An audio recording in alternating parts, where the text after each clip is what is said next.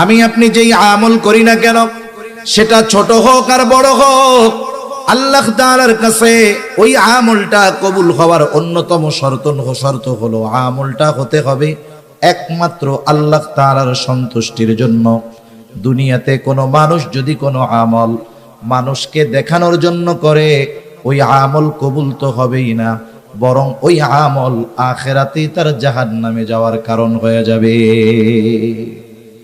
ভালো কাজ আল্লাহকে দেখাইলে লাভ, ভালো কাজ মানুষকে দেখাইলে ওই ভালো কাজের দামও নাই, আর ওই ভালো কাজ তার জাহান্নামে যাওয়ার কারণ হবে। রাসূল আকরাম সাল্লাল্লাহু আলাইহি ওয়াসাল্লাম আবু হুরায়রা রাদিয়াল্লাহু তাআলা আনহু হতে প্রসিদ্ধ একটা হাদিস, রাসূল আকরাম সাল্লাল্লাহু আলাইহি ওয়াসাল্লাম বলেন, যেই হাদিসটা বর্ণনা করার পূর্বে আবু হুরায়রা রাদিয়াল্লাহু তাআলা আনহু পরপর 3 বার অজ্ঞান হয়ে গেছেন, চতুর্থবার তিনি হাদিসটা বর্ণনা করতেছেন। তিনি বলেন, রাসূল আকরাম সাল্লাল্লাহু আলাইহি ওয়াসাল্লাম বলেন, কিয়ামতের দিন আল্লাহ তাআলা সর্বপ্রথম 3 শ্রেণীর মানুষকে হিসাবের জন্য ডাকবে। 1 নাম্বার, আল্লাহ তাআলা একজন শহীদকে ডাকবে। শহীদ রক্তাক্ত অবস্থায় সে আল্লাহর সামনে উপস্থিত হয়ে যাবে। আল্লাহ তাআলা তাকে জিজ্ঞাসা করবে, তোমার এই অবস্থা কেন? লোকটা বলবে, আল্লাহ, আপনার দ্বীন আপনার জমিনে প্রতিষ্ঠা করার জন্য কাফেরদের বিরুদ্ধে জিহাদ করতে করতে আমি আমার জীবনটা দিয়ে দিয়েছি। আল্লাহ তাআলা বলবেন, জীবন দিয়েছো, যুদ্ধ করেছো বুঝলাম, কিন্তু তোমার এই যুদ্ধের মূল উদ্দেশ্য কি ছিল?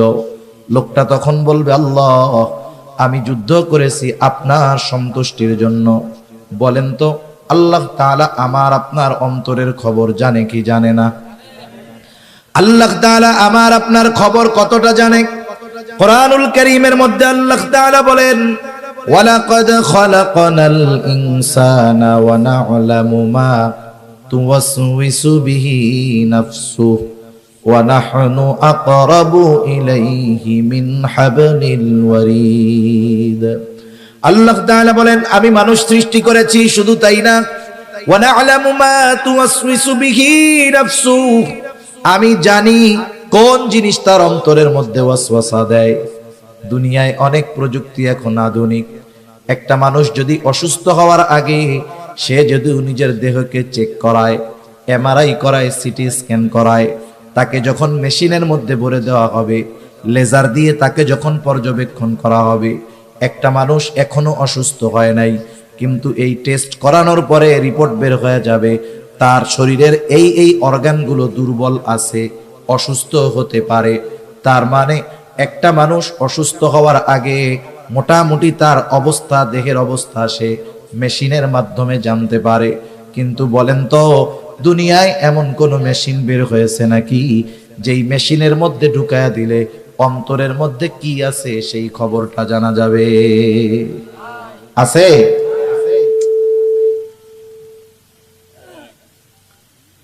এই রকম মেশিন দুনিয়াতে আবিষ্কৃত হয় নাই। রাসূল আকরাম সাল্লাল্লাহু আলাইহি ওয়াসাল্লাম বলেন, আল্লাহ রাব্বুল আলামিন তখন বলবে, না বান্দা, আমি আল্লাহ তোমার অন্তরের খবর জানি। তুমি কেন যুদ্ধ করেছো জানি, কারণ যুদ্ধ করেছো যাতে করে দুনিয়ার মানুষ তোমার বীরত্বের প্রশংসা করে, তোমাকে বীর বলে, বাহাদুর বলে। তুমি যে উদ্দেশ্যে দুনিয়ায় করেছো, দুনিয়ায় তুমি তা পেয়ে গেছো, কারণ তুমি দুনিয়ার মানুষ তোমাকে বীর বলেছে, বাহাদুর বলেছে। সুতরাং আজকে আমি আল্লাহর তরফ থেকে তোমার জন্য কিছু নাই, তুমি চলে যাও, তোমার ঠিকানা হলো জাহান্নাম। আল্লাহ তাআলা দ্বিতীয়তে একজন দানবীরকে ডাকবে, জিজ্ঞাসা করবে, আমি আল্লাহ তোমাকে অনেক সম্পদ দিয়েছিলাম, এই সম্পদ তুমি কোন কাজে কোথায় ব্যয় করছো? লোকটা বলবে, আল্লাহ, আপনার দেওয়া সম্পদ আমি দান করেছি, সদকা করেছি। যার ঘর নাই তাকে ঘর বানিয়ে দিয়েছি, যার বাড়ি নাই তাকে বাড়ি বানিয়ে দিয়েছি, যার খাবার নাই তাকে খাবার কিনে দিয়েছি। আল্লাহ তাআলা বলবে, বান্দা, কেন তুমি এই দান সদকা গুলো করেছ? লোকটা বলবে, আল্লাহ, এগুলো আমি আপনার সন্তুষ্টির জন্য করেছি। আল্লাহ তাআলা তখন বলবেন, না বান্দা, না না, তুমি মিথ্যা বলতেছ, আমি আল্লাহ তোমার অন্তরের খবর জানি। তুমি দান করেছো যাতে করে দুনিয়ার মানুষ তোমাকে দানবীর বলে, তোমার দানের প্রশংসা করে। তুমি যে উদ্দেশ্যে দান করেছো দুনিয়ায় তুমি তা পেয়ে গেছো। দুনিয়ার মানুষ তোমাকে দানবীর বলেছে, দুনিয়ার মানুষ তোমাকে গরিবের বন্ধু বলেছে। সুতরাং আজকে আমি আল্লাহর তরফ থেকে তোমার জন্য কিছু নাই, তুমি চলে যাও, তোমার ঠিকানা হলো চিরস্থায়ী জাহান্নাম। তৃতীয়তে একজন আলেম অথবা কারিকে ডাকবেন। আল্লাহ তাআলা জিজ্ঞাসা করবে, গোলাম কেন ইলম অর্জন করেছো, কেন কোরআন শিখেছো? লোকটা বলবে, আল্লাহ শুধুমাত্র আপনার সন্তুষ্টির জন্য কোরআন শিখেছি, ইলম শিখেছি। আল্লাহ তাআলা বলবে, না বান্দা, তুমি মিথ্যা বলতেছো।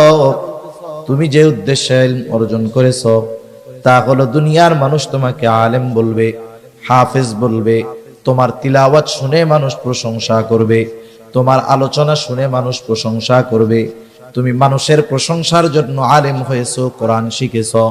তুমি দুনিয়ায় তো তা পাইয়াই গেছো, কারণ দুনিয়ার মানুষ তোমার কথার প্রশংসা করেছে, তোমার ওয়াজের প্রশংসা করেছে, তোমার তিলাওয়াতের প্রশংসা করেছে।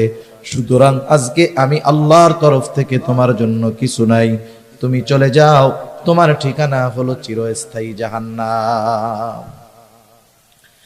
একটু খেয়াল দিয়ে বুঝেন, একটা মানুষ তার জীবনটা দিয়ে দিয়েছে, আরেকজন মানুষ জীবনের অর্জিত সম্পদগুলো দান করেছে, আরেকজন মানুষ দুনিয়ার কথা চিন্তা না করে ইলম অর্জন করেছে। এত কষ্টার্জিত বিষয়গুলো কোনো মূল্য পায় নাই। কেন? বলে ওইগুলো করেছে ঠিক, তবে আল্লাহর সন্তুষ্টির জন্য করে নাই, যার কারণে এই ইবাদত, এই আমল তার কোনো কাজে আসে নাই। উল্টা জাহান্নামে যাওয়ার কারণ কেন হলো? বুঝে থাকলে একটু জবাব দিবেন জবান খুলে। বলেন তো, ইবাদতের একমাত্র হকদার কে? আরো জোরে বলেন, কে? আল্লাহ হলেন ইবাদতের একমাত্র হকদার। কেউ যদি আল্লাহ তাআলার হক নষ্ট করে, অর্থাৎ ইবাদত করার দরকার ছিল আল্লাহর সন্তুষ্টির জন্য, কিন্তু করলো মানুষের সন্তুষ্টির জন্য, এটার দ্বারা হলো শিরক। এক নাম্বার, ওই ইবাদত আল্লাহর জন্য হয় নাই, হয়েছে শিরক। দ্বিতীয়ত, ইবাদতের হকদার ছিল আল্লাহ, ইবাদত আল্লাহর জন্য হয় নাই, বিধায় আল্লাহর হক নষ্ট হয়েছে। শিরক যুক্ত ইবাদত আল্লাহ তাআলার কাছে কোনো দাম নাই, এই জন্য ওইটা বাদ। দুই নাম্বার, ইবাদতের হকদার ছিল আল্লাহ, যেহেতু অন্যর জন্য করার কারণে আল্লাহর হক নষ্ট করা হয়েছে, এই জন্য এই ইবাদত কাজে আসবে না, বরং তার জাহান্নামে যাওয়ার কারণ হয়ে যাবে। সেজন্য আমরা যেই ইবাদত করি না কেন, আমরা ওই ইবাদত গুলো আল্লাহ তাআলার সন্তুষ্টির জন্য করব। সেটা যত ছোট ইবাদত হোক, যত বড় ইবাদত হোক, আল্লাহর জন্য যদি না হয় ওই ইবাদতের কোনো দাম আছে? যত ছোট ইবাদত হোক, আল্লাহর জন্য যদি হয়, দাম আছে না নাই? এটার নাম হলো ইখলাস, যে আমার সব ইবাদত একমাত্র আল্লাহ তাআলার জন্য হবে।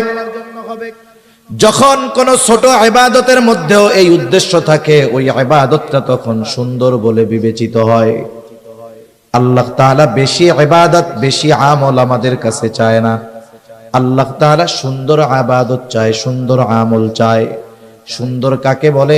আমরা আমাদের সংজ্ঞায় সুন্দর সেটাকে বলি যেটা দেখার পরে চক্ষু তৃপ্ত হয়, অন্তরের মধ্যে প্রশান্তি আসে।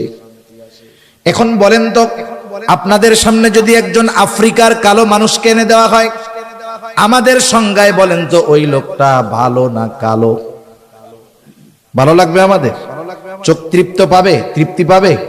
চোখ তৃপ্তি পাবে না, চোখের ভালো লাগবে না। তাহলে আমাদের সংজ্ঞায় কালো যে, সে সুন্দর না।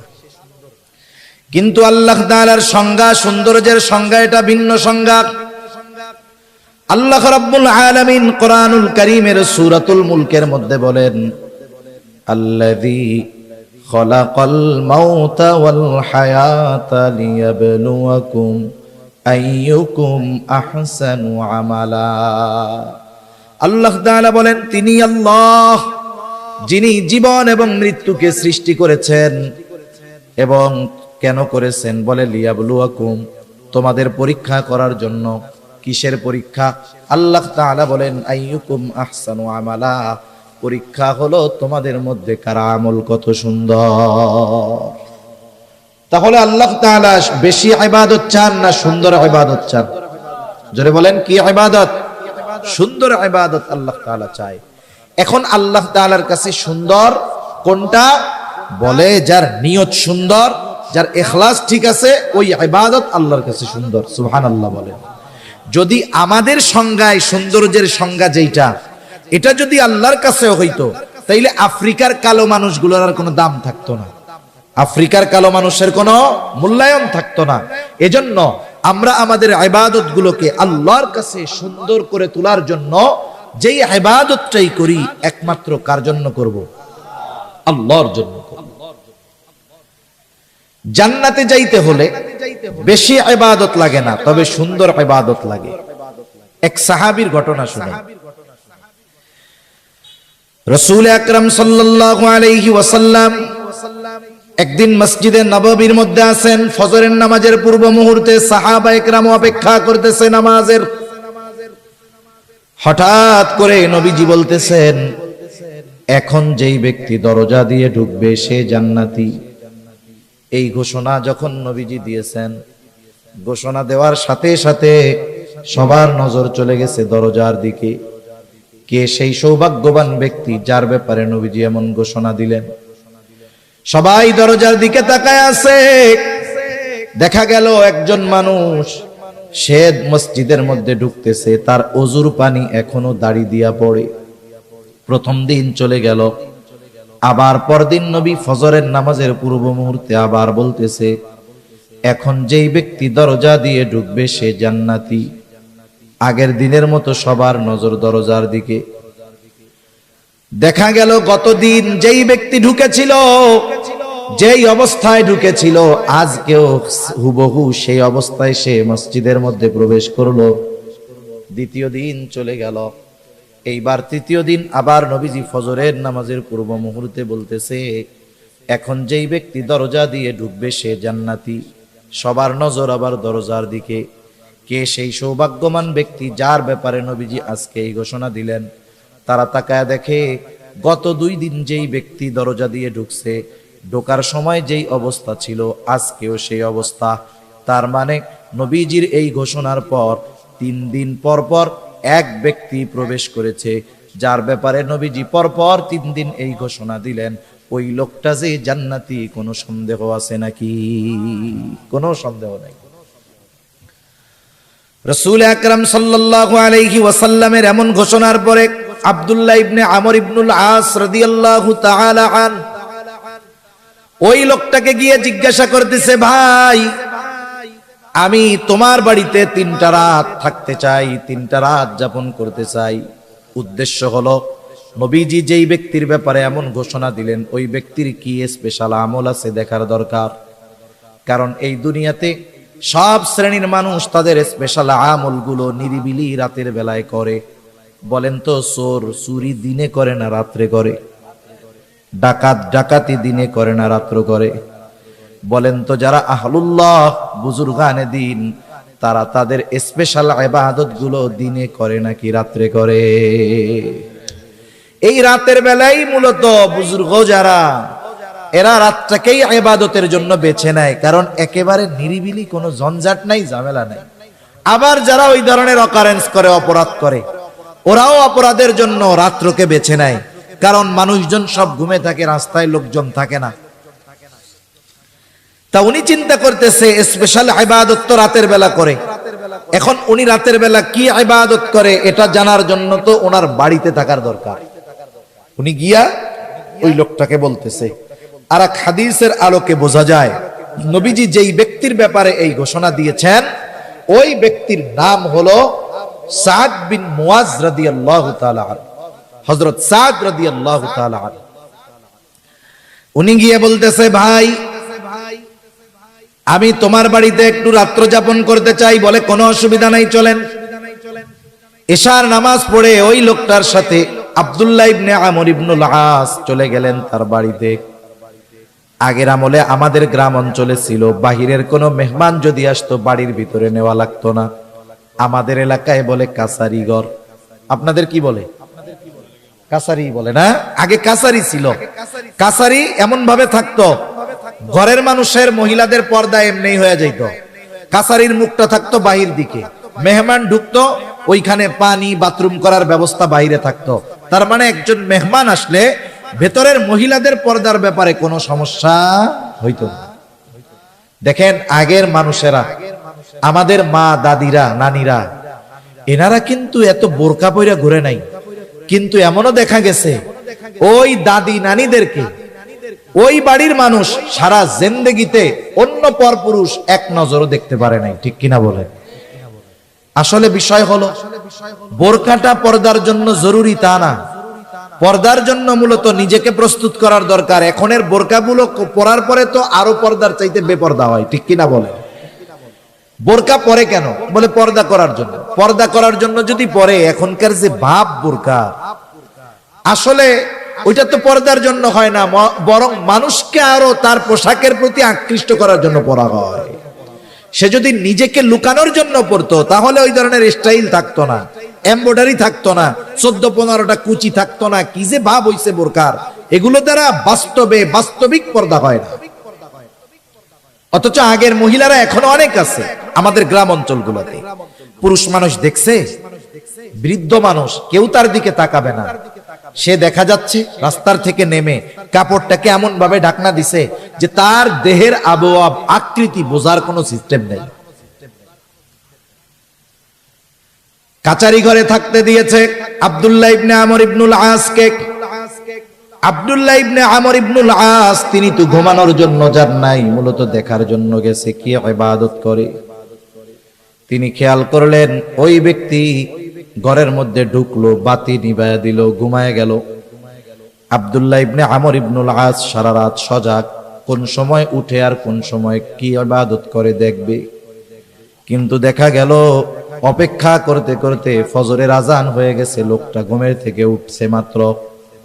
আজানের পরে ঘুম থেকে উঠছে, এরপরে জরুরত সারছে, এরপরে সে নামাজের জন্য প্রস্তুত হয়ে গেছে। তার মানে আজ রাত্রে সে কোনো স্পেশাল ইবাদত করে নাই। পরের দিন আবার বলতেছে, ভাই আমি আজকেও একটু সমস্যা, তোমার বাড়িতে থাকতে চাই, থাকতে দিবা না? কি বলে, হ্যাঁ থাকো। এইবার গত দিনের মতো সারা রাত জাগা, দেখে এশার নামাজ পড়ে ঘুমায়, ফজরের আজান দিলে ঘুম থেকে উঠে। 2 দিন পার হয়ে গেল। একটা মানুষ যদি কোনো ধারাবাহিক কোনো কাজ করে, ধারাবাহিক কোনো আমল করে, তাহলে ওই আমলটা পরপর 3 দিন সাধারণত বাদ যাওয়ার কথা না, যেহেতু তার কোনো অসুস্থতা নাই, তার কোনো শগল নাই, ব্যস্ততা নাই, যার কারণে ইবাদতটা বাদ যাইতে পারে। এইবার 3য় দিন আবার বলে, ভাই আজ রাতটাও আমি তোমার বাড়িতে একটু থাকতে চাই। বলে থাকো, কোনো অসুবিধা নাই। ওই রাত্রটাও সারা রাত সে জেগে থাকছে। দেখলো এশার নামাজ পড়ে ঘুমায় গেল, আর ফজরের আজান দিলে ঘুম থেকে উঠলো। এইবার আর নিজের কৌতূহলকে চাপায় রাখতে পারে নাই। আব্দুল্লাহ ইবনে আমর ইবনুল আস ওই লোকটাকে জিজ্ঞাসা করতেছে, বাইরে তোমার বাড়িতে 3 দিন থাকার কারণ আমার বাড়িতে থাকার জায়গা নাই এটা নয়, বরং এই 3 দিন তোমার বাড়িতে রাত্র যাপন করার কারণ হলো আগে পরপর 3 দিন ফজরের নামাজের পূর্ব মুহূর্তে হঠাৎ করে নবীজি ঘোষণা করতেছে, এখন যেই ব্যক্তি দরজা দিয়ে ঢুকবে সে জান্নাতি। আমরা সবাই তাকায় দেখলাম, কে সে? দেখলাম তুমি দরজা দিয়ে ঢুকছো। এই ঘোষণা পরপর 3 দিন নবীজি দিয়েছেন, পরপর 3 দিনই নবীজির ঘোষণার পরে তুমি দরজা দিয়ে ঢুকছো। আমি তোমার বাড়িতে রাত্র যাপন করার উদ্দেশ্য ছিল, আমি দেখতে চেয়েছিলাম তুমি স্পেশাল কি আমল করো, যার কারণে নবীজি তোমার ব্যাপারে এমন ঘোষণা দিলেন। এইবার লোকটা বলতেছে, আলহামদুলিল্লাহ, নবীজি যদি আমার ব্যাপারে এমন ঘোষণা দিয়ে থাকেন এটা তো বড় শুকরিয়ার বিষয়। তবে তুমি যেই আশায় আমার বাড়িতে রাত্র যাপন করছো, ওই রকম কোন রাত্রিকালীন ইবাদত আমি করি না। তবে হ্যাঁ, একটা জিনিস করি। কি করো? বলে রাত্রে যখন আমি ঘুমাতে যাই, আমাকে যারা কষ্ট দিয়েছে আমি তাদের সবাইকে মাফ করে দে। 5 ওয়াক্ত নামাজ পড়ি, হারাম হালাল বেঁচে চলি, যেটা সাধারণ কাজ। এর চাইতে বেশি কিছু করি না। এখন আব্দুল্লাহ ইবনে আমর ইবনুল আস বলতেছে, তুমি যে রাতের বেলায় শোয়ার সময় সকলকে মাফ কইরা দাও, অন্যান্য গুলো তো আমরা সব সময় করি, কিন্তু তুমি যে এই কাজটা প্রতিদিন করো, এই কারণেই আল্লাহ তাআলা তোমার ব্যাপারে জান্নাতের খোঁজখবরই নবীজির মাধ্যমে জানায়া দিয়েছেন। সুবহানাল্লাহ। তাহলে দেখেন, আমল কবুল করাতে হয়, 1 নাম্বার দরকার ঈমান। জোরে বলেন কি দরকার? 2 নাম্বার দরকার হলো ইখলাস। কি জোরে বলেন? ইখলাস তথা নিয়তের বিশুদ্ধতা। ভাইরে আওয়াজ ছাড়তে পারো না? তুমি কি বুঝতেছো কথা? আওয়াজ ছাড়ো, মুখ মিশায় কতক্ষণ বলা যায়? আমি কি বলতে চাইছি তুমি বুঝতে পারছো? তুমি বুঝছো? এটা রিভার্ব দিয়ে আওয়াজটা সুন্দরভাবে ছাড়বা। আওয়াজটা জেনে আমার দূরের থেকে সুন্দর মতো টানে। তোমার তো এইটার কোনো আওয়াজ হয় না, তুমি খালি ওই বাইরের ওইটা বাড়াও আর কোনো। নাকি পারো না? না পারলে বলবা যে পারি না, তাহলে আর দরকার নেই, যা আছে তাই থাক। তাহলে 1 নাম্বার দরকার হলো ঈমান, 2 নাম্বার দরকার হলো ইখলাস তথা নিয়তের বিশুদ্ধতা, 3 নাম্বার দরকার হলো সুন্নাত। সুন্নাত, কারণ দুনিয়ায় কোনো ইবাদত নাই যে ইবাদতের সুন্নাত পদ্ধতি নাই। ইবাদত নিজস্ব মন গড়া পদ্ধতিতে করলে হয় না, ইবাদত করতে হয় মুহাম্মাদুর রাসূলুল্লাহ সাল্লাল্লাহু আলাইহি ওয়াসাল্লামের পদ্ধতিতে। সুন্নাত হলো এমন এক জিনিস, তথা নবীজির পদ্ধতি হলো এমন এক জিনিস, তুমি না পারলে থাক, আমি মাপ চাই, না পারলে থাক, যা আছে তাই করো। একটা হলো গাড়ি ভালো, গাড়ি ভালো যদি যে চালাইতে না পারে, চলবে, কাজ হবে, ওই গাড়ি খাদে পড়ে যাবে। আর একটা হলো গাড়িতে ডিফেক্ট আছে কিন্তু ড্রাইভার পাক না, দেখবেন ও ওইটারে নিয়ে চালায় চলে যাবে। এই অপারেটিং এর মধ্যে সিস্টেম আছে। আপনাকে জিনিস ভালো দিলেই হবে না, ওই জিনিস চালানোর মতো দক্ষ লোক দিতে হবে, নাইলে কাজ হবে না। জিনিস ভালো আছে কিন্তু আমি বুঝতে পারছি পাইলট শেষ, বাদ যে হয় নাই, এটা কি 10 সিট দেওয়ার দরকার আছে নাকি? একটা দেখলে ওটাই তো বোঝা যায় যে বাদ হইছে কি হয় নাই। সেজন্য তোমার আর নড়াচড়ার দরকার নাই, আমি কষ্ট করে কইতেছি, অসুবিধা নাই। দুনিয়াতে এমন কোন ইবাদত নাই যেটার সুন্নাত পদ্ধতি নাই, তথা নবীজির দেখানো পদ্ধতি নাই, এমন কোন ইবাদত দুনিয়াতে নাই। বরং দুনিয়ার কাজগুলো যদি কেউ নবীজির পদ্ধতিতে করে, ওই দুনিয়াবি কাজগুলোও ইবাদত হয়ে যায়। যেমন প্রতিদিন মানুষের কিছু করণীয় কাজ আছে, দৈনন্দিন কিছু জরুরত আছে, যেমন বাথরুম করা, বাথরুমে যাওয়া, এটা দৈনন্দিন একটা কাজ। একজন ফজরের আজান শুনে ঘুম থেকে উঠে গেল, ফজরের আজান শুনে ঘুম থেকে উঠছে, নামাজে যাবে, জরুরতে চাপ দিয়েছে, সে চিন্তা করতেছে নামাজে যদি দাঁড়াই, ফজরের নামাজের কেরাতটা একটু লম্বা, যদি ওই সময় নামাজের মধ্যে জরুরতে চাপ দেয়, ইবাদতের একাগ্রতা নষ্ট হয়ে যাবে। এই চিন্তা করে সে চিন্তা করলো তাহলে জরুরতটা পূরণ করে এরপরে মসজিদের দিকে যাই। এই নিয়তে সে বাথরুমের দিকে রওনা হলো। বাথরুমে যাওয়ার পদ্ধতি, সুন্নাত পদ্ধতি হলো 1 নম্বরে মাথা ঢেকে যাওয়া। সেটা আপনি টুপি দিয়ে ঢাকেন, আর রুমাল দিয়ে ঢাকেন, গামছা দিয়ে ঢাকেন, অসুবিধা নাই। নবীজির সুন্নাত হলো মাথা ঢেকে বাথরুমে যাওয়া। আর বিজ্ঞানও বলে মাথা ঢেকে বাথরুমে যাওয়া উচিত। কেন? বলে বাথরুমের মধ্যে অগণিত ব্যাকটেরিয়া আছে, বাথরুমের মধ্যে অগণিত জীবাণু আছে। এই মাথার চুল, এটা হলো অত্যন্ত সংবেদনশীল। দেখবেন মাথার মধ্যে খুশকি হয়, কিন্তু যার দাড়ি আছে এরা জিজ্ঞাসা করেন তো দাড়ির মধ্যে কখনো খুশকি হয় নাকি? চুলের চাইতে দাড়ি বড়, কিন্তু এই জায়গায় কেন হয়? বলে মাথার স্কিন, মাথার স্কিন যে চামড়া, এইটা বেশি সংবেদনশীল। এজন্য এই চুলও ময়লা টানে বেশি, মাথার চামড়াও ময়লা টানে বেশি। এজন্য যদি মাথা ঢাকা না থাকে, বাথরুমের এই জীবাণু ব্যাকটেরিয়া গিয়ে তার মাথার মধ্যে সমস্যা হতে পারে, চামড়ায় সমস্যা হতে পারে। বিজ্ঞান বলে এই কথা। আর নবীজি 1500 বছর আগে বলে দিয়েছেন বাথরুমে যাওয়ার সময় মাথা ঢেকে যাইবা। সেজন্য বাথরুমে যাওয়ার সময় মাথা ঢেকে যাওয়া সুন্নাত।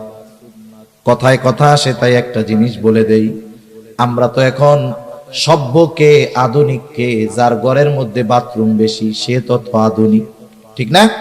আপনি বাড়ি বানাইছেন, আগে বাথরুম থাকতো অনেক দূরে, এখন আপনি বাড়ি বানাইছেন, বাথরুম যদি ঘরের মধ্যে না দিয়া বাইরে দেন মানুষ আপনাকে আধুনিক বলবে না, কিন্তু যদি ঘরের মধ্যে বাথরুম দেন দেখবেন এটাকে আরো আধুনিক বেশি বলে, ঠিক কিনা বলে?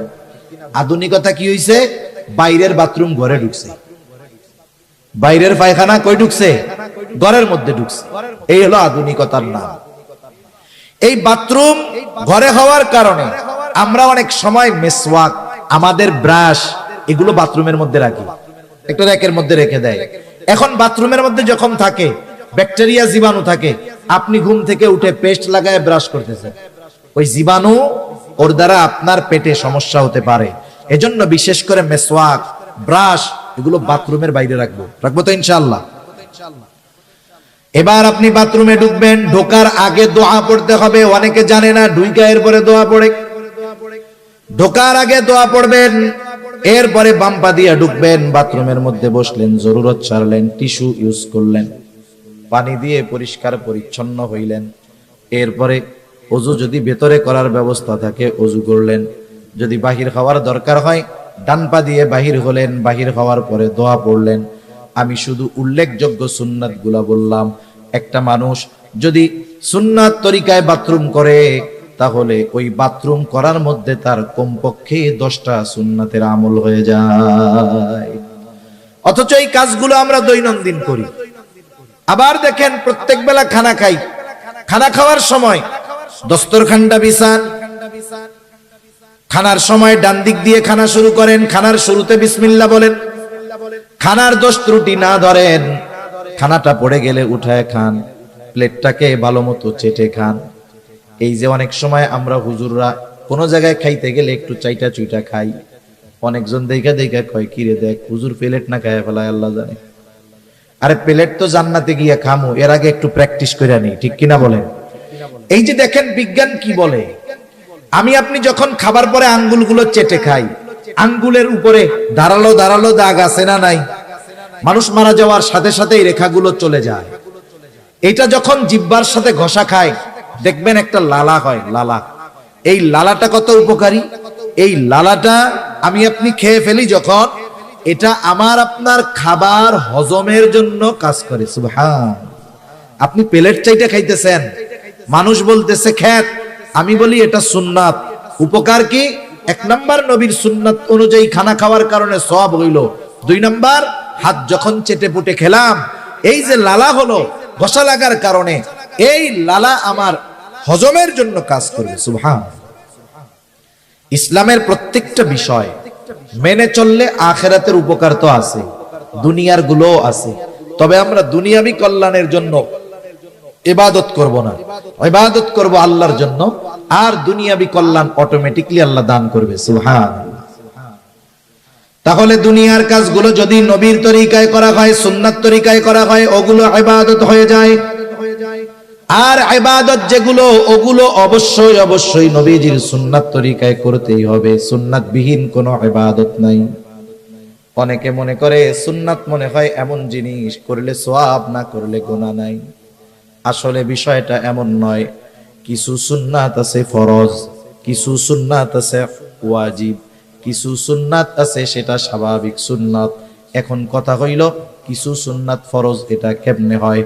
যেমন কোরআনুল কারীমের মধ্যে নামাজের কথা আছে 82 জায়গায়। কয় জায়গায়? 82 জায়গায় নামাজের কথা আছে।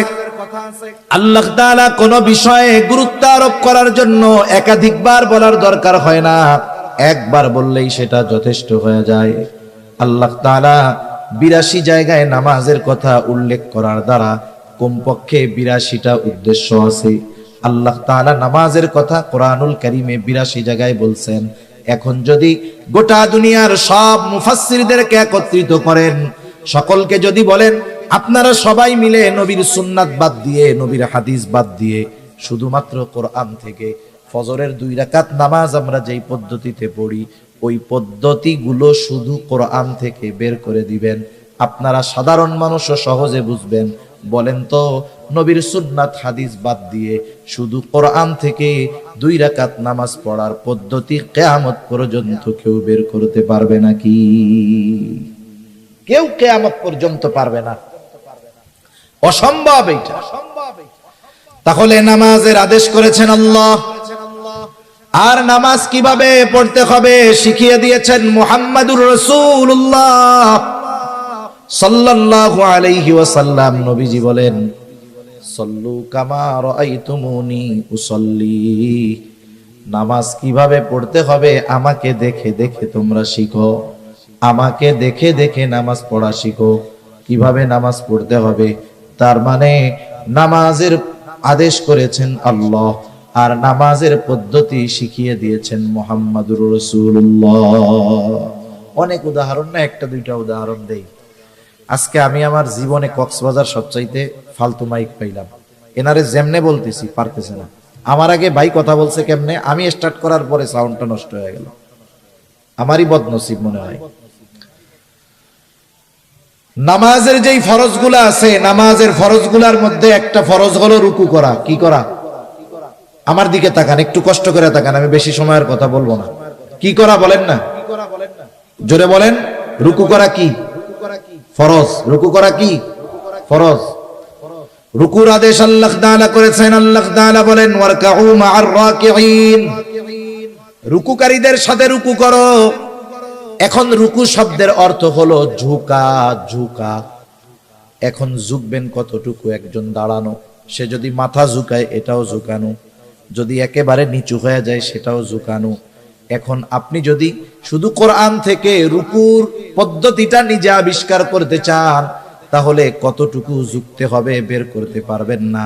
তাহলে এই ফরজ, রুকু করা ফরজ, কতটুকু ঝুঁকতে হবে, কিভাবে পিঠ থাকবে, নজরটা কোথায় থাকবে, এটা কিন্তু আল্লাহ বলে দেন নাই, এটা আমাদের শিখিয়ে দিয়েছেন মুহাম্মাদুর রাসূলুল্লাহ।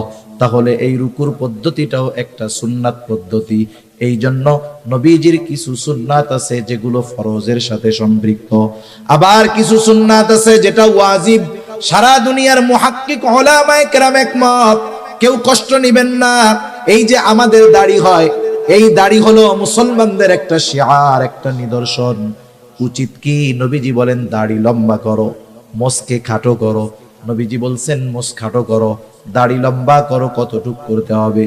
মুহাক্কিক উলামায়ে কেরাম গবেষণার মাধ্যমে বলেন, সাহাবায়ে কেরামের আমলকে দেখে বলেন, তাবেঈন, তাবেঈনের আমলের আলোকে বলেন, কমপক্ষে একটা মুমিনের দাড়ি 1 মুষ্টি পরিমাণ রাখতে হবে। যদি সে না রাখে, যদি সে খাটো রাখে, সেটে রাখে, তাহলে অবশ্যই অবশ্যই তাকে গুনাহগার হতে হবে। এটা নবীর সুন্নাত।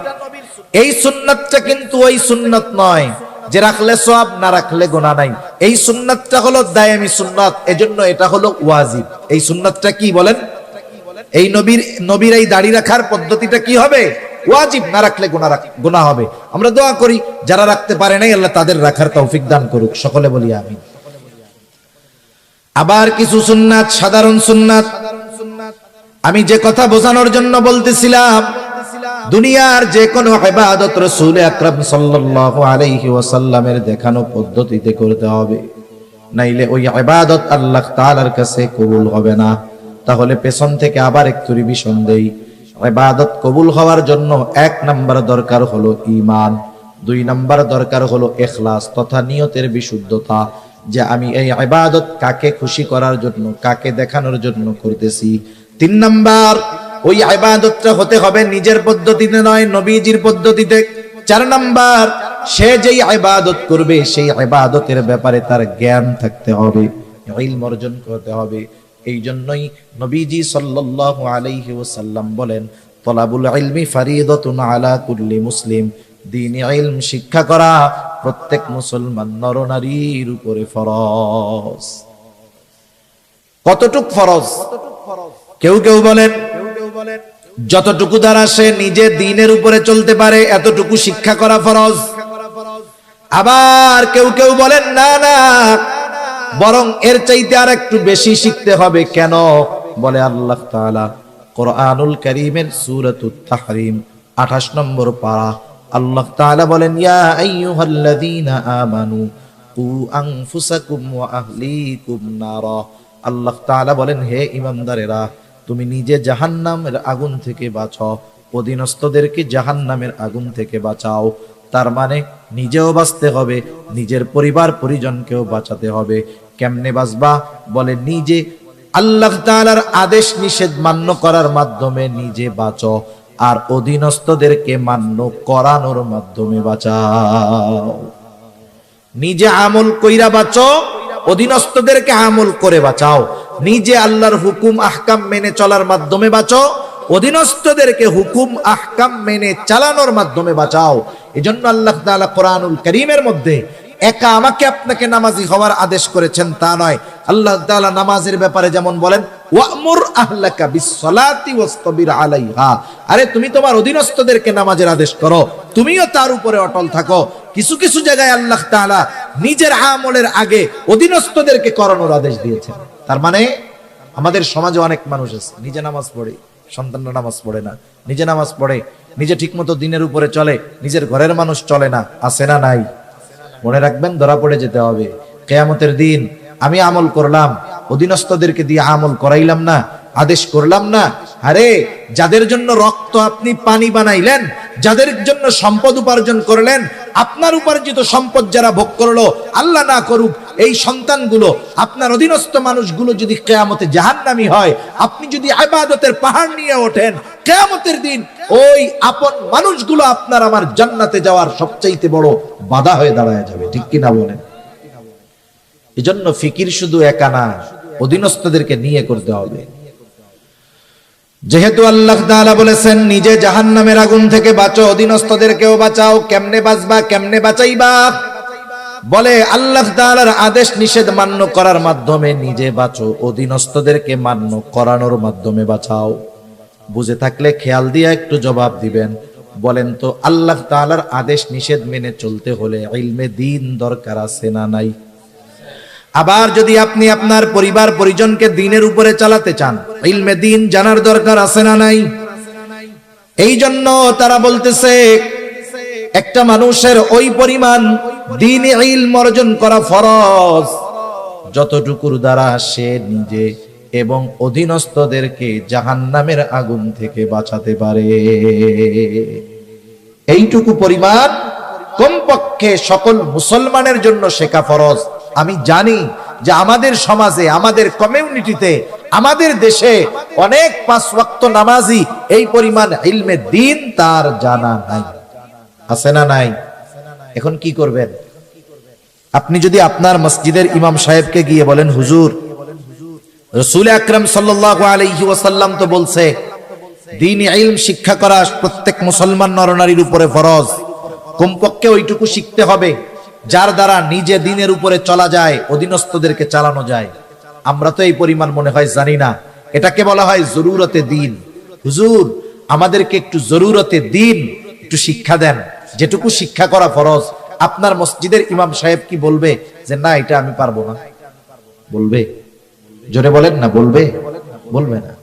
চেষ্টা করবে শিখায় দেওয়ার। আপনি যদি কোনো মাদ্রাসার শিক্ষকের কাছে গিয়ে, মাদ্রাসায় গিয়ে মাদ্রাসার প্রিন্সিপাল মোহতামিম সাহেবকে বলেন যে আমাদের এই জরুরতে দ্বীন শেখার একটা ব্যবস্থা করে দেন, বলেন তো তারা কি বলবে? আমরা পারবো না। তার মানে আপনার আমার শেখার ব্যবস্থা আছে, আমরা আমাদের গাফলতির কারণে শিখি না। এই না শেখাটা কি হচ্ছে? এক তো গুনাহগার হচ্ছি, দ্বিতীয়ত দেখা যাবে যে ইবাদত গুলো করতেছি ওই ইবাদত গুলোর মাসলা মাসাইল না জানা থাকার কারণে কোন সময় ইবাদত নষ্ট হচ্ছে নিজেও টের পাই না। যেমন ঈমানের পরে সবচেয়ে বড় আমল হলো নামাজ। নামাজের কিছু বিষয় আছে ফরজ, কিছু বিষয় আছে ওয়াজিব। যেমন নামাজের বাহিরে ভিতরে 13 ফরজ। বলেন তো ফরজ ছুইটা গেলে নামাজ হবে নাকি?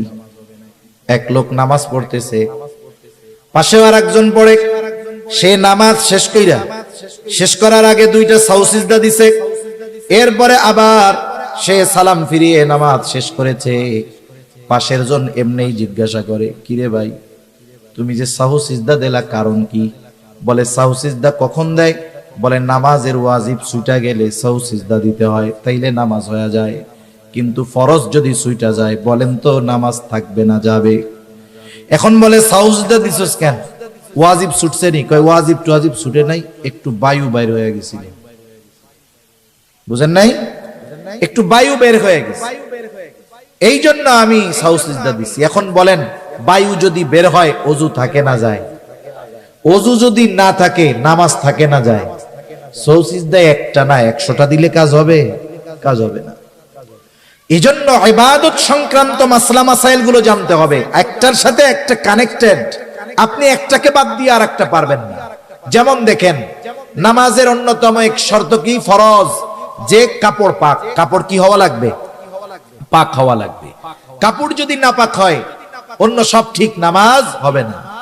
এখন আপনার এই ক্ষেত্রে তাহারাত পবিত্রতার মাসলাগুলো জানতে হবে, যে কোন কারণে পোশাক পাক নাপাক হয়, কোন কাজ করলে নাপাক পোশাকটা পাক হয়ে যায়। এখন উনি তাহারাতের মাসালা, পবিত্রতার মাসালা জানে না।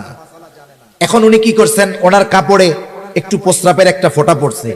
কাপড়ের উপরে যদি প্রস্রাবের একটা ফোঁটা পড়ে, ওই প্রস্রাবটা কি এক জায়গায় থাকে না ছড়িয়ে যায়? এক ফোঁটা প্রস্রাব যতটুকু জায়গা নিয়ে ছড়াবে ওই কাপড়ের দ্বারা নামাজ না হওয়ার জন্য যথেষ্ট হয়ে যায়। এখন দেখেন উনার এটা জানা নাই, উনি প্রস্রাব করছে, ঢিলা কুলুক ব্যবহার করে নাই, প্রস্রাবের একটা ফোঁটা লুঙ্গিতে লাগছে, এখন ওই ফোঁটার পানি প্রস্রাব ছড়ায় গেছে। এখন উনি সুন্দর মতো ওযু করে নামাজ পড়েছে, বলেন তো নামাজ কি হবে? একটার সাথে একটা কানেক্টেড, এটা প্রত্যেকটা মুসলমানের জানা দরকার ছিল। ওযুর ফরজ, গোসলের ফরজ, এগুলো জানার দরকার। নামাজের বাহিরে ভিতরে 13 ফরজ জানার দরকার। যদি সে না জানে কি ক্ষতি? বলে ফরজ ছুটে গেলে সে তো জানবেই না ফরজ ছুটে গেছে। দেখা যাবে জীবনে অনেক নামাজ পড়েছে, ফরজ ছুটে গেছে, এই কারণে তার এক ওয়াক্ত নামাজও আল্লাহর কাছে কবুল হয় নাই। আবার নামাজের ওয়াজিব 14টা, ওয়াজিব ছুটে গেলে সাউ সিজদা দিতে হয়। দেখা গেল তার ওয়াজিব গুলো জানা নাই, জানা থাকলেই না ছুটলে সাউ সিজদা দিবে। হ্যাঁ, ওয়াজিব ছুটে গেছে, টেরও পায় নাই, সাউ সিজদা তো দেয়ই নাই, তাহলে কি হলো? বলে তার নামাজ হয় নাই। এইবার নামাজ ভঙ্গের কারণ আছে 19টা, এগুলো নামাজিকে নামাজের আগে জানতে হবে। দেখা গেল এর থেকে যদি একটা কারণ পাওয়া যায় নামাজ নষ্ট হয়ে যায়, নামাজ ভেঙে যায়। আবার ওযু ভঙ্গের কারণ আছে 7টা, ওযু যদি ভেঙে যায় নামাজও ভেঙে যায়। চিন্তা কইরা দেখেন এক নামাজ এর সাথে কত মাসালা রিলেটেড আছে। এই জন্য নবীজিও জানায়া দিয়েছেন দ্বীনি ইলম শিক্ষা করা ফরজ। আর আমরা যেই ইবাদত করব সেই ইবাদতের পরিপূর্ণ মাসলা যদি না থাকে, দেখা যাবে নিজের অজান্তে ইবাদতের মধ্যে ভুল হয়ে গেছে। সেজন্য 4 নাম্বার যেই জিনিসটা দরকার, যেই ইবাদত করবে সেই ইবাদতের মাসলা মাসাইল গুলো জানবে। 5 নাম্বার, তার খাবারটাকে হালাল করতে হবে, খাবারটা হালাল। অনেক মানুষ আছে খাবার হালালের ব্যাপারে বড় পেরেশান। বিষয়টা কিন্তু এমন না, খাবার শুধু হালাল হলেই হবে না, উপার্জনটা হালাল দরকার আছে না নাই? উপার্জনও হালাল হতে হবে, খাবারটাও হালাল হতে হবে। এখনকার জামানায় মানুষ তো হারাম উপার্জন করে লজ্জিত হয় না, বরং গর্বিত হয়। সমাজের মধ্যে আরো মাথা উঁচু করে থাকে হারামখোরের দল, আছে না নাই বলেন? পরিস্থিতি কোথায়? অথচ আল্লাহর রাসূল সাল্লাল্লাহু আলাইহি ওয়াসাল্লাম হালাল উপার্জন করাকে ইবাদত বলে অভিহিত করেছে। রাসূলুল্লাহ সাল্লাল্লাহু আলাইহি ওয়াসাল্লাম বলেন, কাসবুল হালালি ফরিদাতুম বাদাল ফরিদা। ফরজ ইবাদতের পরে অন্যতম ফরজ ইবাদত হলো হালাল উপার্জন করা। একটা মানুষ যখন ফজরের নামাজ আদায় করবার পর হালাল উপার্জনের নিয়তে হালাল কর্ম করে, মনে রাখবেন একটা মানুষের কর্ম যত ছোট হোক, ওই কর্মটা যদি হালাল কর্ম হয়, ওই ব্যক্তিকে কর্মের কারণে কখনো তিরস্কার করা যাবে না। কর্ম যদি হালাল হয়, এই হালাল কর্মের কারণে তাকে তিরস্কৃত করা যাবে না। আমাদের সমাজে, আমাদের অঞ্চলে যেগুলো হয় বলি, মনে করেন কেউ থাকলে মনে কর কিছু করবেন না, আমি বোঝানোর জন্য বলি। একজন লোক রিকশা চালায়, আমাদের সমাজে একজন মানুষ রিকশা চালালে তাকে একেবারে নিম্ন শ্রেণীর মানুষ বলে মনে করা হয়। এলাকার একটা সমাধানের জন্য 10 জন মানুষ বসেছে, 20 জন মানুষ বসেছে, ওই এক এলাকার মানুষ, এর মধ্যে উচ্চ শিক্ষিত মানুষ আছে, ডাক্তার আছে, ইঞ্জিনিয়ার আছে, প্রফেসর আছে, শিক্ষিত মানুষ আছে, সাথে সাথে এলাকার মানুষ হিসেবে রিকশাওয়ালাও আছে। যে কোনো এক বিষয়ে সমাধানের জন্য তারা চিন্তা করতেছে, কিন্তু সমাধানের পথ কেউ খুঁজে পায় না। এখন রিকশাওয়ালা রিকশা চালাতে পারে ঠিক, আল্লাহ সুবহানাহু ওয়া তাআলা তাকে ভালো মন্দের বুঝ তো দান করতে পারে, ঠিক কিনা বলেন? এখন রিকশাওয়ালার মাথায় একটা বুদ্ধি আসছে যে এই বুদ্ধি অনুযায়ী যদি কাজ করা হয় আমাদের আসন্ন সমাধান অথবা যেই সমস্যার সমাধান হয়ে যাবে। ও এখন বলতে চায় যে আমি একটা কথা বলি, যখন ডাক্তার, ইঞ্জিনিয়ার, প্রফেসর, উকিল, ব্যারিস্টার, ম্যাজিস্ট্রেট ওনারা সমাধান পায় না, মাথা গরম, এই টাইমে যদি রিকশাওয়ালা বলে আমি একটা কথা বলি, তখন কি হবে? ওনাদের মেজাজ গরম, বেটা রিকশাওয়ালা বয়। এত জ্ঞানী গুণী মানুষ এই জায়গায় আছে, বুদ্ধি পায় না, রিকশাওয়ালা ওই জায়গায় মাথা চাড়া দিয়ে উঠছে। আচ্ছা, এই লোকটা তো এই এলাকার, এর তো একটা নাম ছিল, ঠিক কিনা বলেন? নাম ছিল না? কিন্তু নাম বাদ দিয়ে ওর কর্মকে আগে বলার কারণ কি? কারণ কি? এই কর্মের কথা বলে ওকে আঘাত করা, কর্মের কথা বলে ওকে কি করা? আঘাত করা। সেজন্য আমাদের সমাজে ছোট পেশার মানুষ যারা, আমরা এদেরকে অনেক সময় তাদের কর্মের ব্যাপারে তিরস্কার করি। খবরদার, হালাল উপার্জনকারী, সে হালাল উপার্জন করতেছে, যেই ছোট্ট কর্মের দ্বারা ওই কর্মটাকে তিরস্কার করার কোনো সুযোগ নাই। মনে রাখবেন, আপনার বাজারের একজন মুচি জুতা সেলাই যে করে, জুতা সেলাই করে যেই মুচি হালাল উপার্জন করে, আর সচিবালয়ের একজন সচিব যে মানুষের টাকা খেয়ে, ঘুষ খেয়ে সম্পদের পাহাড় করেছে, এই সমাজের মানুষের কাছে ওই সচিবের দাম হতে পারে, কিন্তু আল্লাহ তাআলার কাছে ওই হালাল উপার্জনকারী মুচির দাম ওই হারামখোর সচিবের চাইতে অগণিত গুণ বেশি, ঠিক কিনা বলেন? এজন্য সমাজের অনেক মানুষ, ছোট পেশার মানুষ, এরা নিজেরা মাঝে মধ্যে মনে করে আমরা কত ছোট হয়ে গেলাম। না না, এ সমাজে যেই পেশাগুলোকে আমরা ছোট মনে করি, এইরকম অনেক পেশা আল্লাহ তাআলা নবীদের দিয়ে করিয়েছেন। যেমন কামার, অস্ত্র বানায় লোহা থেকে, দাউদ আলাইহিস সালাতু ওয়াস সালাম এই কাজ করেছেন। পৃথিবীর বড় বড় মনীষী আছে যারা এমন এমন কাজ করেছে, তাদের কর্ম দ্বারা তারা বিবেচিত হয় নাই, কিন্তু তাদের কথা, তাদের কর্ম, তাদের জ্ঞান দ্বারা গোটা দুনিয়া উপকৃত হচ্ছে, ঠিক কিনা বলে? এজন্য এক নাম্বার, আমরা সমাজের কোন ছোট কর্মজীবী মানুষ যার কর্মটা হালাল, তাকে এই কর্মের কারণে কখনো তিরস্কার করব না। এজন্য নবীজি বলেন, কাসবুল হালালি ফরিদাতুম বাদাল ফরিদা, ফরজ ইবাদত সমূহ ঠিক রেখে যে হালাল উপার্জনের জন্য হালাল কর্ম করে, নবীজি বলেন এটাও তার ইবাদত। সুবহানাল্লাহ বলে, কারণ সে হালাল খাওয়ার উদ্দেশ্যে হালাল উপার্জন করে। এই জন্য এক নাম্বার দরকার হলো হালাল উপার্জন, দুই নাম্বার দরকার হালাল খাবার। কারো খাবার যদি হালাল হয় কিন্তু উপার্জনের অর্থ যদি হারাম হয়, এই খাবারটাও হারাম খাবারের মতো।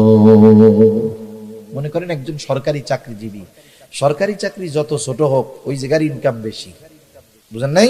সরকারি চাকরি যত ছোট হোক ইনকাম বেশি। আমার এরকম জানাশোনা কয়েকজন লোক আছে, সচিবালয় আছে, উপসচিব পর্যায়ের আছে, আর একজন সচিব হয়ে যাবে আশা করা যায়। এই আল্লাহর বান্দা, সরকারের পক্ষ থেকে ওনাকে গাড়ি দেওয়া হয়েছে, উনি ওই গাড়ি ফিরাইয়া দিছে যে আমি এই গাড়িটা ব্যবহার করব না। কেন? উনি যখন ওই সরকারি গাড়ি ব্যবহার করবে, ওনার কাছ থেকে, ওনার স্যালারি থেকে কিছু স্যালারি বেতন কাটা হবে এই ফ্যাসিলিটির জন্য। উনি বলতেছে আমি আমার বাসায় পায়ে হেঁটে যাতায়াত করতে পারবো, প্রয়োজনে লোকাল বাসে যাইতে পারবো, সমস্যা নাই, আমি এই গাড়ি ব্যবহার করব না। কেন? বলে যেই টাকাটা আমার বাঁচবে, কাটা হতো, ওটা তো আর কাটবে না, কারণ আমি সুযোগ নেই নাই, আমার টাকাও কাটবে না। কি হবে তাইলে?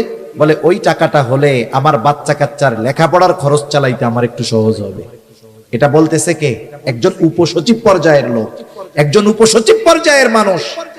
সে ইচ্ছা করলে কি করতে পারে এটা একজন সাধারণ শিক্ষিত মানুষও বুঝতে পারে। কিন্তু দেখা যাবে কি, ওই উপসচিবের গেটের বাইরে যেই পিয়ন আছে ও দেখা যাবে, আর এরা চা মগে কাপে খায় নাকি গাজি ট্যাঙ্ক 1000 লিটারের ট্যাঙ্কিতে চা খায় আল্লাহ জানে। 2-4-5 হাজার টাকার কমে এদের চা পানের টাকা হয় না, ঠিক কিনা বলেন? ওই ব্যক্তি তো আপারব, ওরে 5,000 টাকা হাতের মধ্যে গুজে দিয়ে স্যারের সাথে দেখা করে আসবে, কাজ শেষ। স্যার তো আর ঘুষ খায় না। দেখা যাবে ওই পিয়ন ঢাকা শহরে বাড়ি করে ফেলছে, কিন্তু উপসচিব তার বাপ দাদার রেখে যাওয়া বাড়িটা ভেঙে যাচ্ছে, ঠিক করার টাকা তার কাছে নাই। আছে না নাই? এরকম অনেক আছে। আবার ওই যে বললাম পিয়ন, লক্ষ লক্ষ টাকার মালিক, কোটি কোটি টাকার মালিক, মনে করেন ওই রকম একজন লোক আজকে ভালো ইনকাম হয়েছে, 20,000 পকেটের মধ্যে ঢুকছে, এই যে ঘুষের টাকাটা নিল, বলেন তো এটা হালাল না হারাম? কত জঘন্য এক হারাম। মানুষের উপার্জনের অনেক পদ্ধতির মধ্যে হারাম পদ্ধতির মধ্যে একটা হলো এই ঘুষ। এখন সেই হারাম টাকা নিয়ে বাজারে গেছে, বাজারে যাওয়ার সময় দেখে বিশাল বড় এক গরু জবাই হয়েছে। গরু যত বড় এর গোস্তের স্বাদ তত বেশি না কম? এটা দেখার পরে তার গোস্ত কেনার জন্য খুব ইচ্ছা হয়েছে। এখনো কসাইরে জিজ্ঞাসা করতেছে, এই এত বড় গরু জবাই দিলা কেমনে?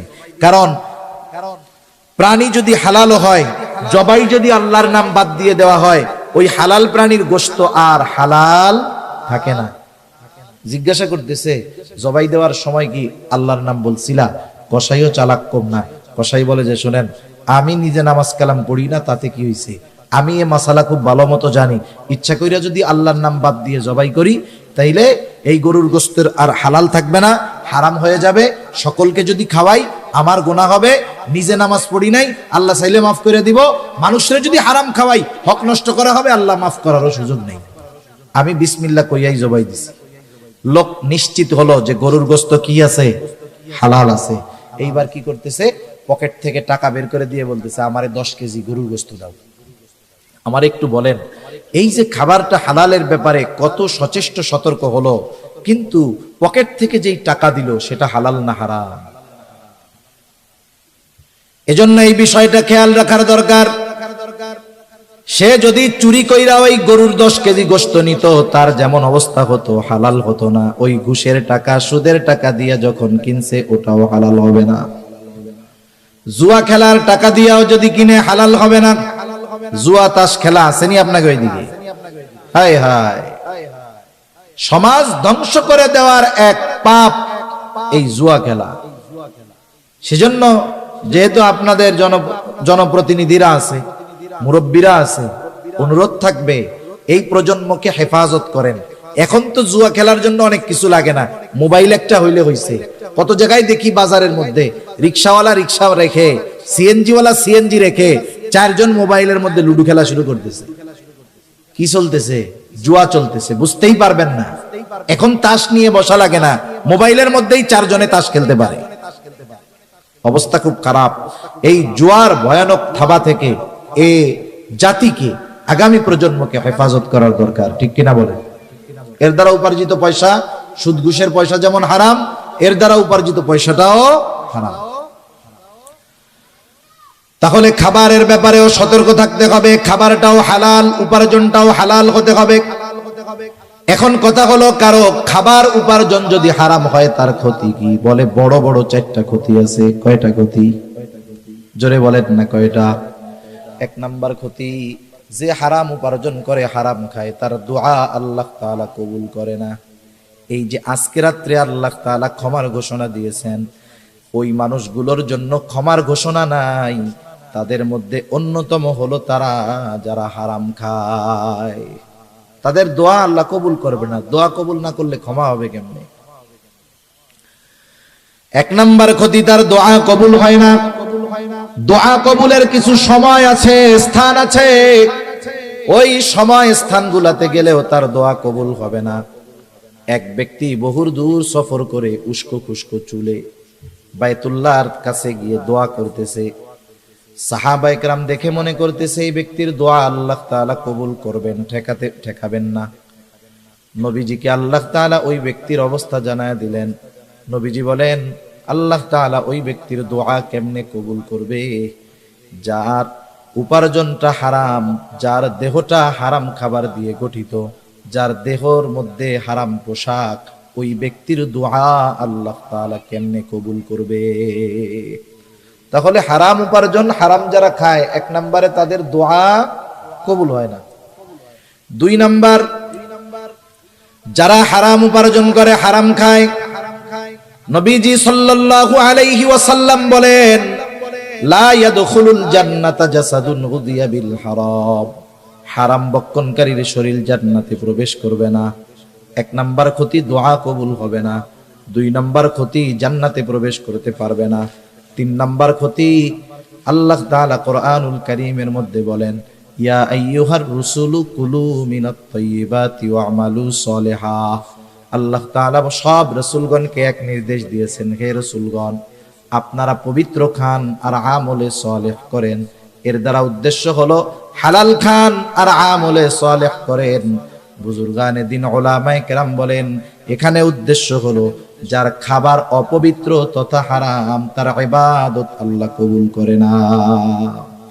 4 নম্বর ক্ষতি, কেউ যদি হারামকে হালাল মনে করে তাহলে তার ঈমান থাকে না। একজন হারাম কাজ করতেছে, হারাম মনে করে, তার গুনাহ হবে, তবে সে বেঈমান হবে না। কিন্তু একজন হারাম কাজ করে না, কিন্তু ওই হারামকে সে হারাম মনে করে না, সে না কইরাও বেঈমান হবে। ঠিক কিনা কর? একটা উদাহরণ দিয়ে আলোচনা শেষ করে দেই। আমাদের সমাজে অনেক মানুষ আছে সরকারি চাকরি করে, সে তখন ঘুষ টুস কিচ্ছু খায় না, তার সংসার চালাতে, পরিবার চালাতে কষ্ট হয়। এরপরে সরকারি চাকরি শেষ, এখন আর কোনো টেনশন নাই, মসজিদে গিয়ে সব সময় নামাজ কালাম পড়ে, মসজিদ থেকে বাহির হয় না। এখন ইমাম সাহেব জিজ্ঞাসা করে, চাচা চাকরি যখন ছিল তখন তো টেনশনে দেখতাম, চাকরি এখন নাই, টেনশনও নাই, তবে এখন সংসার চলে কেমনে? বলে এখন আরো ভালো চলে। কেমনে ভালো চলে? বলে আগে বেতন পাইতাম 30,000, 30,000 দিয়া বাসা ভাড়া, লেখাপড়া, অন্যান্য খরচ দিয়ে মাসে আমার চলা কষ্ট হইতো, এখন আরো ভালো চলে। কেমনে চলে? বলে আমি 1 কোটি টাকা পাইছিলাম, ব্যাংকের মধ্যে রেখে দিছি, এখন মাসে মাসে 1 লাখ টাকা পাই, আলহামদুলিল্লাহ। আমার একটু বুঝাই বলেন তো, 1 কোটি টাকা ব্যাংকে ফিক্সড ডিপোজিট করে রেখেছে, নির্দিষ্ট পরিমাণে তাকে লাভ দেওয়া হচ্ছে। বলেন তো এটা কি কোনো সন্দেহ আছে? খাইতেছে সুদের টাকা, বলে কি আলহামদুলিল্লাহ। সুদের টাকা খেয়ে কি বলতেছে? যদি বুঝে বলে থাকে ঈমান নাই। একজন মদ খায়, মদ খাইতেছে কবিরা গুনাহ, কিন্তু কেউ যদি ইয়ারকি মাইরা বিসমিল্লাহ বলে মদ খায়, সাথে সাথে বেঈমান হয়ে যাবে, কোনো সন্দেহ নেই। একজন খাচ্ছে মদ, খেয়ে যদি সে আলহামদুলিল্লাহ বলে, বেঈমান হয়ে যাবে, কোনো সন্দেহ নাই। খাচ্ছে সুদ, স্পষ্ট এক হারাম, অথচ বলতেছে আলহামদুলিল্লাহ। এজন্য কেউ যদি হারামকে হারাম মনে না করে তাহলে তার ঈমান থাকে না। আসেন এবার মূল কথা। আল্লাহ তাআলা বললেন, ঈমানদার নারী অথবা পুরুষ আমলে সালেহ যদি করে, কয় ধরনের পুরস্কার?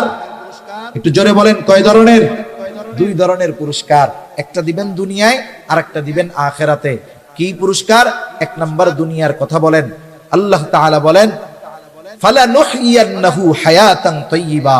আল্লাহ তাআলা বলেন, আমি তাকে এক পবিত্র জিন্দেগি দান করব। সুবহানাল্লাহ। পবিত্র জীবন দ্বারা উদ্দেশ্য কি? পবিত্র জীবন দ্বারা উদ্দেশ্য হলো যে আল্লাহ তাআলা এ দুনিয়ায় তাকে মানুষের মুখাপেক্ষী করবে না, এই দুনিয়ার প্রয়োজন মেটানোর ব্যবস্থা করবে। একটা হলো প্রয়োজন, আর একটা বিলাসিতা। এখানে প্রয়োজন উদ্দেশ্য, প্রয়োজন আল্লাহ তাআলা মেটানোর ব্যবস্থা করবে। আল্লাহ তাআলা এ দুনিয়াতে তাকে পারিবারিক শান্তি দান করবে। আল্লাহ সুবহানাহু ওয়া তাআলা তাকে ইবাদতের মজা দান করবে। আল্লাহ তাআলা দ্বীনের উপরে চলা তার জন্য সহজ করে দিবে। বলেন তো, আমাকে যদি কেউ এই নিশ্চয়তা দেয় আপনার এই জীবনে যত প্রয়োজন সব মেটানোর ব্যবস্থা হবে, আর কোনো টেনশন আছে? সম্মানের দিক দিয়ে কখনো মানুষের কাছে হাত পাতা লাগবে না, আপনি ইবাদতের মজা পাবেন। আপনার পরিবারের মানুষের দ্বারা আপনাকে শান্তি দেওয়া হবে, নেককার বিবি দেওয়া হবে, নেককার সন্তান দেওয়া হবে, যেই স্ত্রী সন্তান আপনার চক্ষু শীতলের কারণ হবে। সাথে সাথে আপনি ইবাদত করতে মজা পাবেন।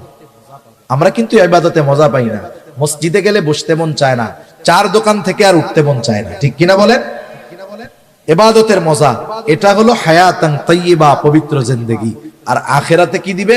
আল্লাহ তাআলা বলেন, ওয়ালা নাজজিয়ান্নাহুম আজরাহুম বিআহসানি মা কানু ইয়ামালুন।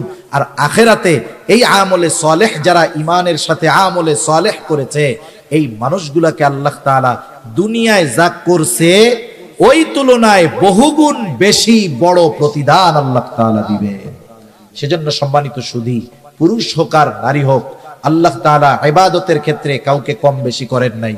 এমনটা করেন নাই পুরুষ রোজা রাখলে সওয়াব বেশি, নারী রোজা রাখলে সওয়াব একটু কম হবে, এমনটা আল্লাহ করেন নাই। ইবাদতের ক্ষেত্রে, প্রতিদানের ক্ষেত্রে আল্লাহ তাআলা নারী পুরুষকে সমানভাবেই দিবেন। শর্ত কি? বলে ঈমানের সাথে আমলে সলেহ করতে হবে। এখন আমলে সলেহ কেমনে হবে? ঈমান তো কম্পালসারি, এটা লাগবেই। সাথে সাথে ওই আমলটা ইখলাসের সাথে করতে হবে, ওই আমলটা সুন্নাত পদ্ধতিতে করতে হবে। যেই আমল করবে ওই আমলের মাসলা মাসাইল গুলো জানতে হবে। সাথে সাথে উপার্জনটা আর খাবারটা তার হালাল হবে। এইভাবে যদি দুনিয়ার জিন্দেগি অতিবাহিত করতে পারে, দুনিয়াতেও আল্লাহ তাআলা তাকে বরকত রহমত দিয়ে ভরপুর করে দিবে, আর আখিরাতেও আল্লাহ সুবহানাহু ওয়া তাআলা তার আমলের তুলনায় বহুগুণ বড় বেশি প্রতিদান আল্লাহ তাআলা তাকে দিবে।